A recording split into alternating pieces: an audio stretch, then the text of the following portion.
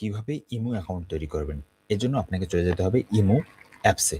এখান থেকে আপনি যে নাম্বারে ইমো অ্যাকাউন্টটা তৈরি করতে চাচ্ছেন, সেই নাম্বারটা আপনাকে এখানে দিতে হবে। এখানে এগ্রিতে ক্লিক করবেন।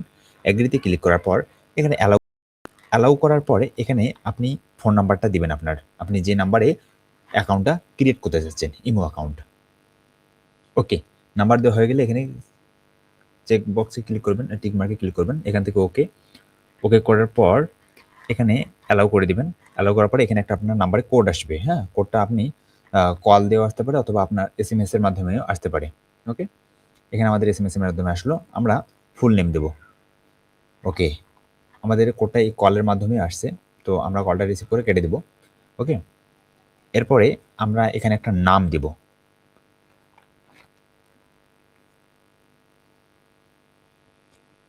এরপর নাম দেওয়ার পর আমরা এই টিক চিহ্নতে ক্লিক করব। আমাদের অ্যাকাউন্টটা ক্রিয়েট হয়ে যাবে। ওকে, আমাদের অ্যাকাউন্টটা ক্রিয়েট হয়ে গেল। এখন আমরা টিক চিহ্নতে ক্লিক করব। এখান থেকে আমরা আমাদের ইমেল আইডিটা দিতে পারি। দিলে আমাদের এই ব্যাকআপের সুবিধা হবে। আমরা আমাদের ইমেল আইডিটা দিব। ওকে, দেখেন আমাদের অ্যাকাউন্টটা কিন্তু ক্রিয়েট হয়ে গেছে।